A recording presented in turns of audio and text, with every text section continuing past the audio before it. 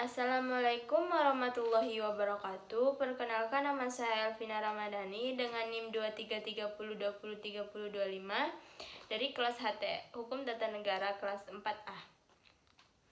Baiklah, saya akan membahas tentang pemikiran Al-Ghazali dalam fikih siasah, terutama kekhususan, argumentasi, dan relevansi dalam konteks Indonesia. Fikih siasah merupakan cabang penting dalam disiplin hukum Islam yang membahas teori dan praktik pemerintahan, pengelolaan negara, serta hubungan antara kekuasaan dan hukum Islam. Dalam sejarah perkembangan fikih siasah, Imam Abu Hamid Al-Ghazali atau yang kerap dipanggil Al-Ghazali, beliau wafat pada tahun 505 Hijriah atau 111 Masehi. Beliau merupakan salah satu tokoh sentral yang memberikan kontribusi besar. Beliau dikenal sebagai Hujatul Islam karena kedalam pemikirannya yang melintasi berbagai bidang, yaitu teologi, filsafat, tasawuf, dan hukum. Pemikiran politik Al-Ghazali mengedepankan keseimbangan antara otoritas agama dan kekuasaan politik. Ia menganggap kekuasaan sebagai instrumen untuk menjaga agama dan kemaslahatan umat.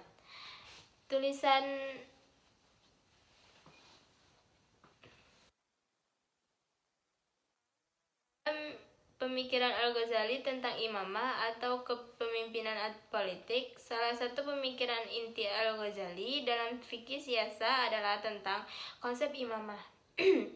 Dalam karya-karyanya, terutama Al-Iqtisad fi Al-I'tiqad dan Nasihat Al-Muluk, Al-Ghazali menyatakan bahwa imamah adalah kebutuhan syar'i dan akal untuk menjamin keterlaksanaannya hukum Allah di muka bumi ini.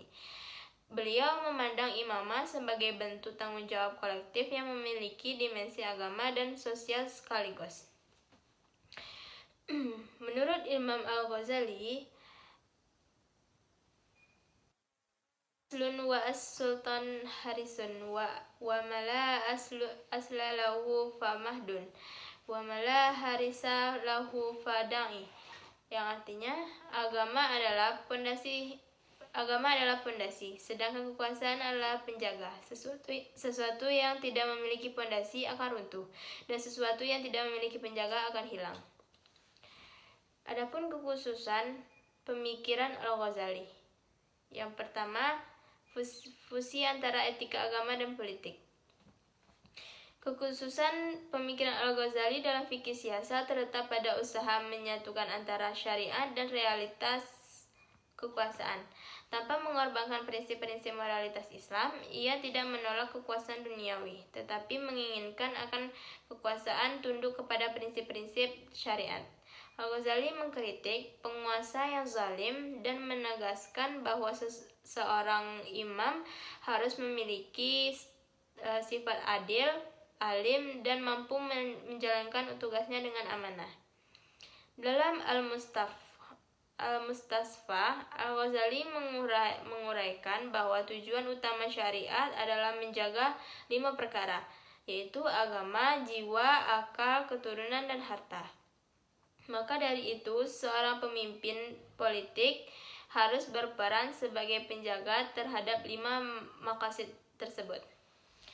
Dalam Quran surat An-Nisa ayat 59, yang artinya, wahai orang-orang yang beriman, taatilah Allah dan taatilah Rasul-Nya, serta ulil amri di antara kalian.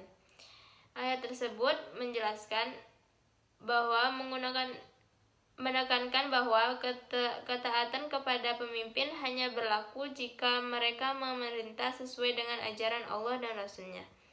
Adapun Quran surat Asy-Syura ayat 38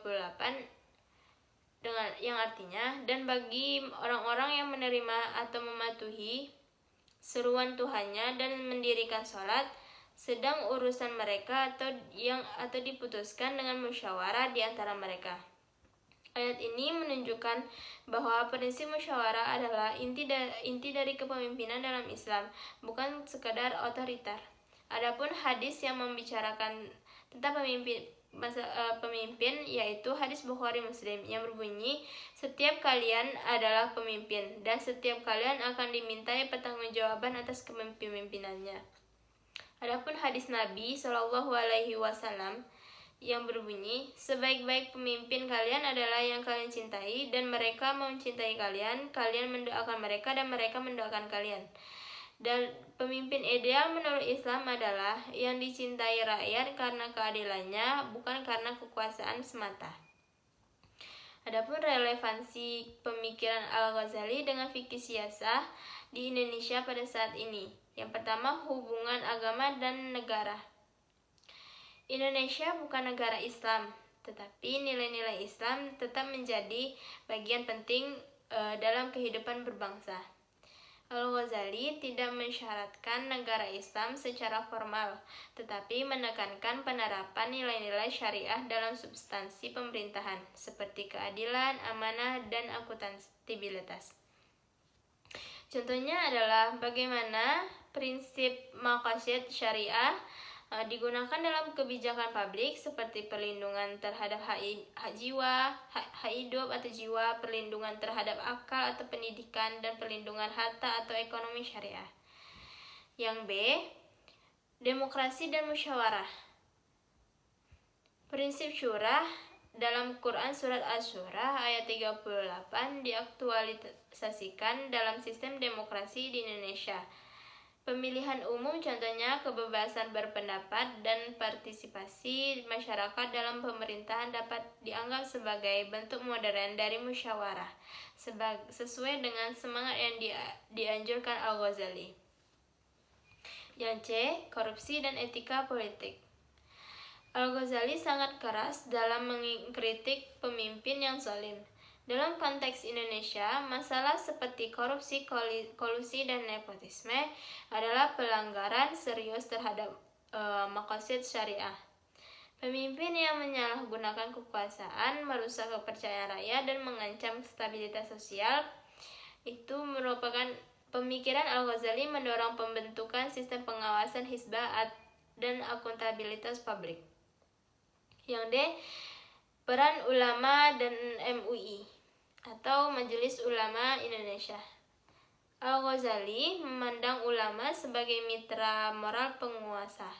Dalam konteks Indonesia, peran Majelis Ulama Indonesia sebagai pemberi fatwa dan penjaga moral publik merupakan pengejawantahan pemikiran Al-Ghazali.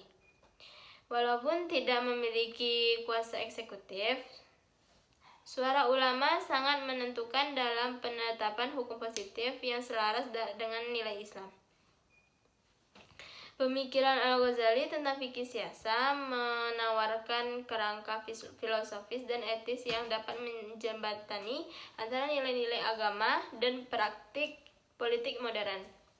Dengan mengedepankan prinsip maqasid syariah, keadilan, amanah, dan musyawarah, Al-Ghazali menunjukkan bahwa Islam mendukung sistem pemerintahan yang etis, partisipatif, dan berorientasi pada kemaslahatan publik.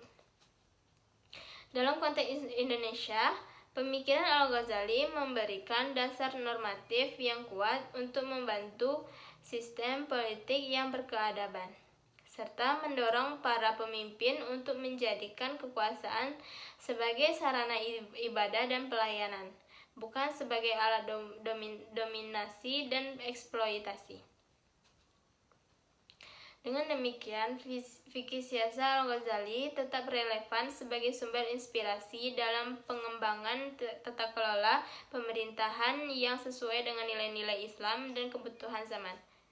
Mungkin hanya itu yang dapat saya sampaikan. Saya akhiri dengan Assalamualaikum warahmatullahi wabarakatuh. Waalaikumsalam.